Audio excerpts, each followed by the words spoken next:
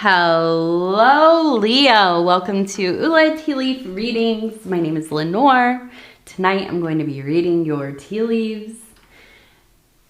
We have the Magician or the Magus. Yeah.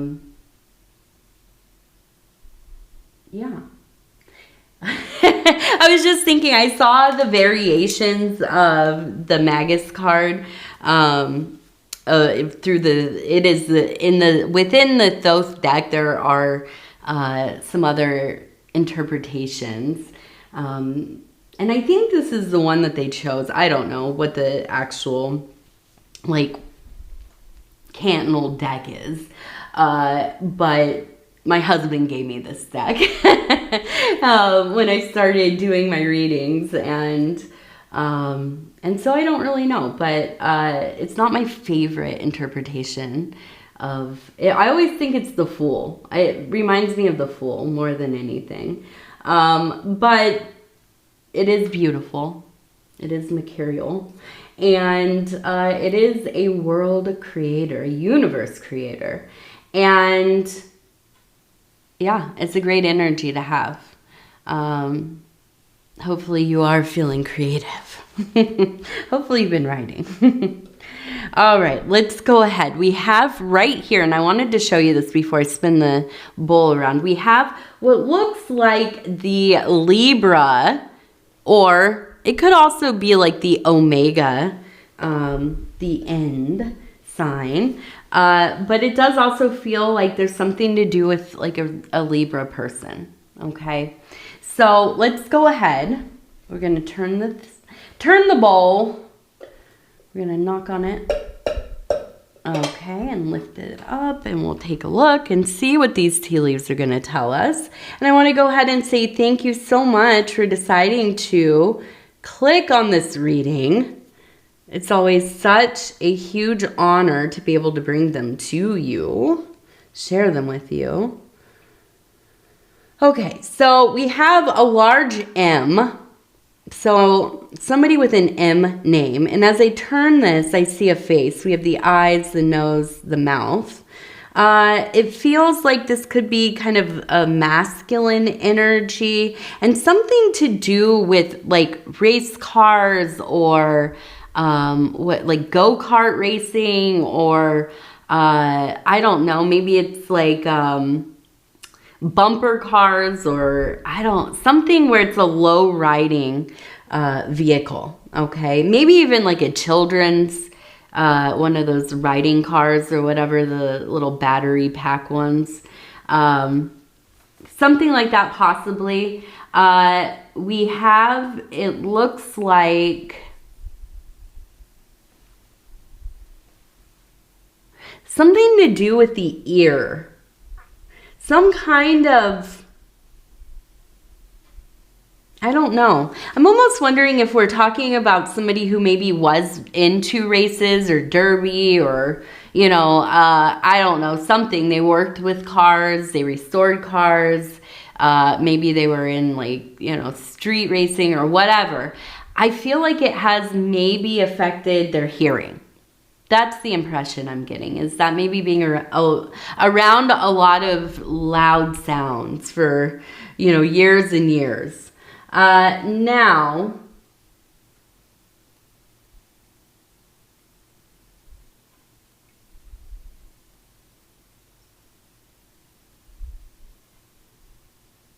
we have a submarine, but we also have a person carrying a lamp. So the submarine is interesting. It's, I think of it as a kind of vessel, a protective vessel to deep dive into the unconscious. So maybe this is something like psychotherapy. This could be something like, guided meditation, active imagination. Maybe you are doing magical work. But I feel like you're very aware of your well-being, and you're doing things as they should be done, right?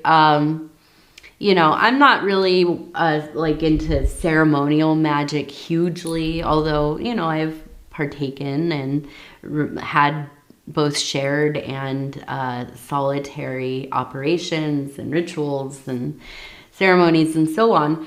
And part of why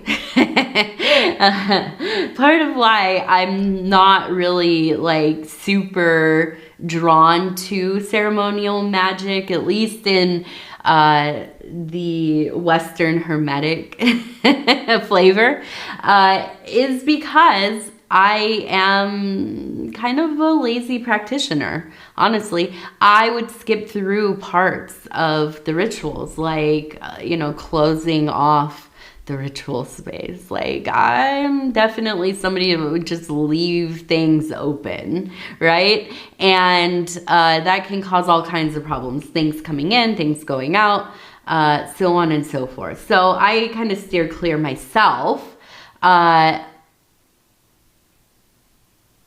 But when the submarine, to me, it's kind of the opposite, right? It is almost like the magician.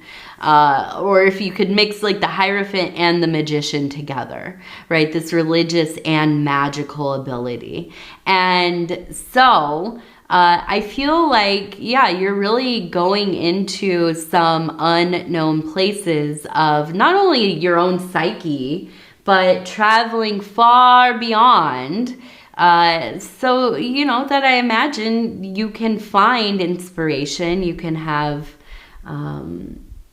you know, some kind of experience and bring it back with you, or, you know, this kind of thing. But I do feel like ultimately you're very protected, you know, and I feel like you're, you know, very attentive. And that's important when you're doing certain kinds of magic, for sure. So I see that as being a big part of it. Now, also, we have the person holding the lantern right here. So we really have that hermit energy as well. And the lantern is kind of the revealer of the mysteries, right? Because if you can think of yourself walking out into the dark, dark night, there's no light pollution. Everything is pitch black, right? And you hold up your lantern and it reveals to some degree what is before you. And as you move with it, it continues to reveal as you move along on the journey, right? And so I feel like this is kind of where you're at. You're really doing some intense self-investigation, okay? I wouldn't be surprised if you are partaking in like shadow work, spiritual alchemy, you know, human development, you know, what is that one called that my sister likes? I forget what it's called. They have like different names for stuff. Like, you're like a manifester or a projector or I don't know what the other ones are. I have to look it up. I forget what it's called. But, you know, there's all kinds of systems. There's endless systems. You could even make your own, right? But I do feel like you are going in deep. Really, I mean, facing things that maybe are uncomfortable, you rather avoid. You know, who wouldn't want to avoid doing self-work if you could? But I think you know that it is something that is most necessary for you, okay? So I see this being a real year of, deep self-work. And we're almost halfway through the year. We're almost into the next season. That is wild to think. Okay, so we also have, it looks like the letters GM. We have a person pointing out towards a heart that is in the metaphysical rim. Another person over here who is pointing at what looks also like a heart. We also have the number 210 right there. And it looks like we have almost like a beast chasing like a princess, a woman.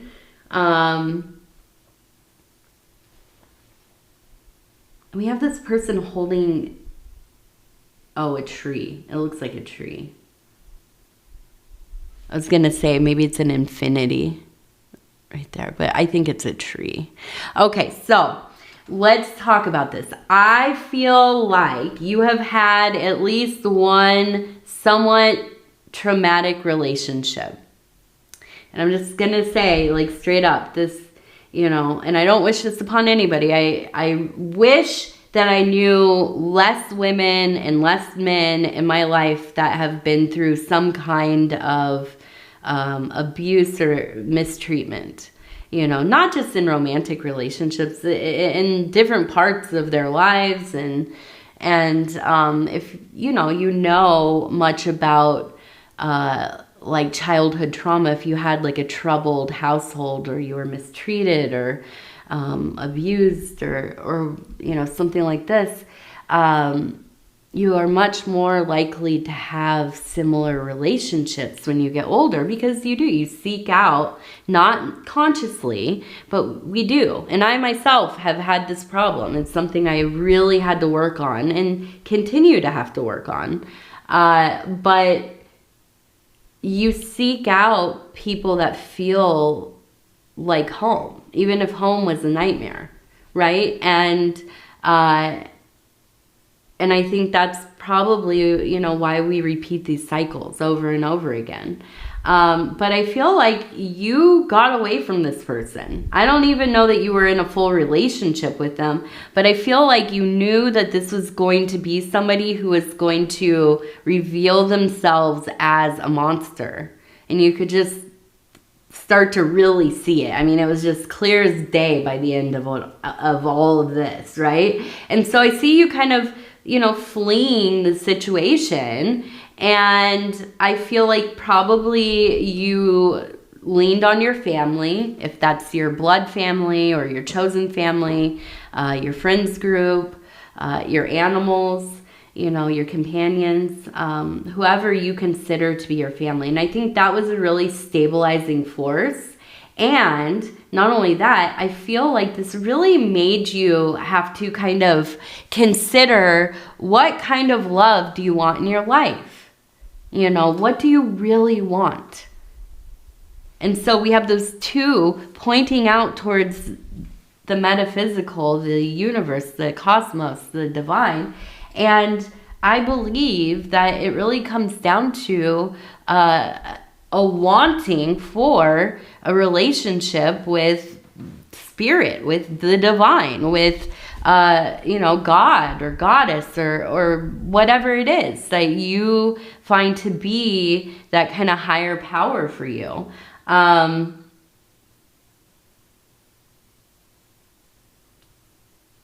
Yeah. And that's exactly, I think that is a driving force of a lot of our wanting for love. I think really beneath it all, there is this kind of yearning for something that maybe we don't necessarily understand yet, right? And some people, it's like this feeling of, I just want to go home. Like their whole life they feel that way. I don't belong here. I don't know why I'm here. I want to go home. And for others, it's like, I just want to figure out like why, I keep messing up, or every time I try super hard, it doesn't work out, or, it's just this cycle of like what's going on. And oftentimes, it comes down to really how you're feeling about life, how you view the world, how you view yourself, and your connection to others, your connection to something more than yourself, right? And so I feel like this is a time where if you've gotten away from that, you will be returning. If it's something that's totally new to you, I feel you kind of falling in love for the first time, right? With this, whatever it is, right? For you, I always hate to kind of like narrow it down to one thing. It could be whatever the beloved manifests as in your life, right? It could be another person. It could be a place. It could be a concept, a song, you know, whatever. So let's go ahead. We're going to also take a look over here. We have a big question mark. Again, with it's either the Omega or the Libra. And we have the number 3. We also have a person that feels like they left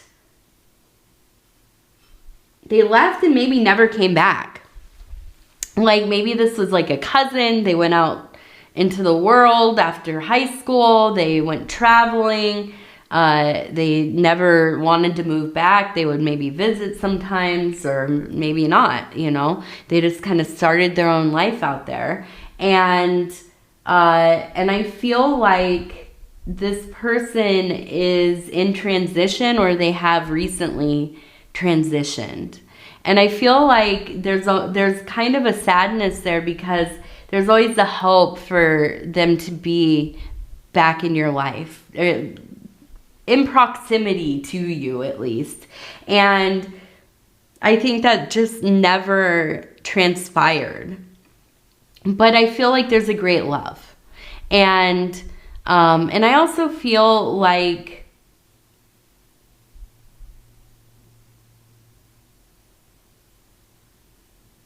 I'm looking. The name Sarah came up.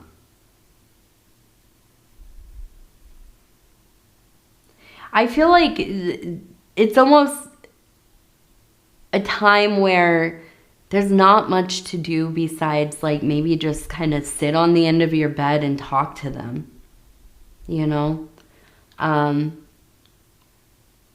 Not necessarily prayer, although if you're a praying person, definitely.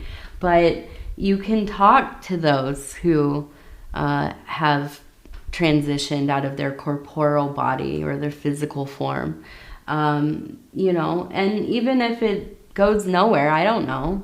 I believe that they can hear us and that we are, you know, existing still in the same realm to some degree, but I don't know. Maybe it's like a total placebo thing, but I do find it helpful to talk to the people that I've loved and who have gone before me. And I know that they're around me. I know it.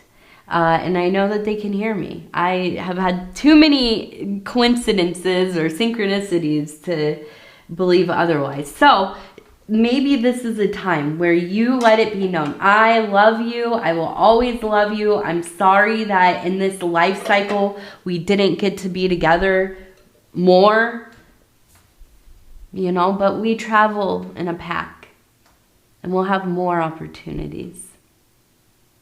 Okay, let's do our lucky numbers.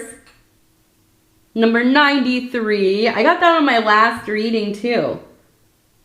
Number 49, 93, 49, and 78. 78.